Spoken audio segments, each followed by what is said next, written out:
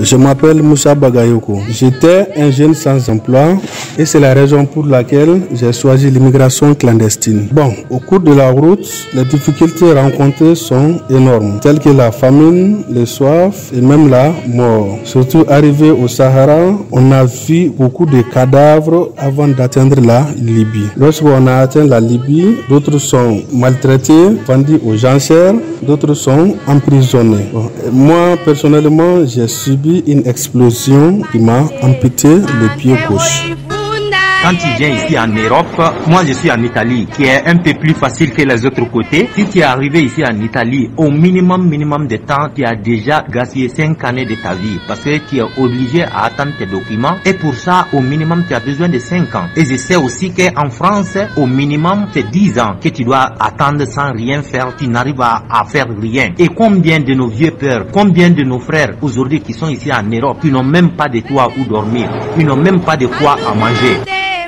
La pauvreté, la famine, le chômage, la guerre sont entre autres les causes qui poussent des milliers d'individus à migrer, dans l'espoir de trouver une situation plus favorable ailleurs. Cependant, la migration irrégulière est dangereuse, risquée et peut conduire à des conséquences fatales, parfois irréversibles. Plus de 760 morts en Méditerranée entre le 1er janvier et le 31 mai 2021 et 1400 morts pour l'année 2020. Selon les Nations Unies, les risques et les dangers sont énormes. El Hadi Mohamed Diallo, président de l'organisation guinéenne de lutte contre la migration irrégulière. Et nous disons les risques sont énormes et les dangers sont énormes.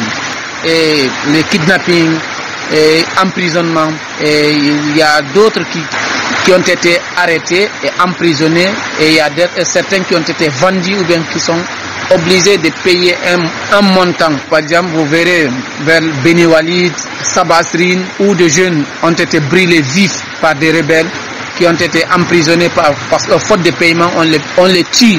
Sont nombreux ceux qui prennent le chemin de la migration irrégulière. Cependant, combien sont ceux qui pourront résister aux intempéries, plusieurs jours sans manger ni boire? Combien sont ceux qui arrivent à survivre des pluies de sable, du soleil ardent du désert, du froid de la mer, des trafiquants ou des passeurs intrépides? Les regrets saisis le peu de personnes qui, de justesse, ont pu atteindre les côtes de l'Europe. Les autres n'ont pas eu le temps de regretter. Ensevelis sous les sables du désert, capturés par les trafiquants, tués par les bandits ou morts noyés. Que pouvons-nous faire ou que devons-nous faire pour stopper ces fléaux? Les propositions de El Hadi Mohamed Diallo. Il faut que les États, les gouvernants africains s'élèvent pour créer non seulement l'emploi, créer d'abord des opportunités pour les jeunes, accompagner les projets de jeunes, échanger avec les jeunes, les écouter aussi.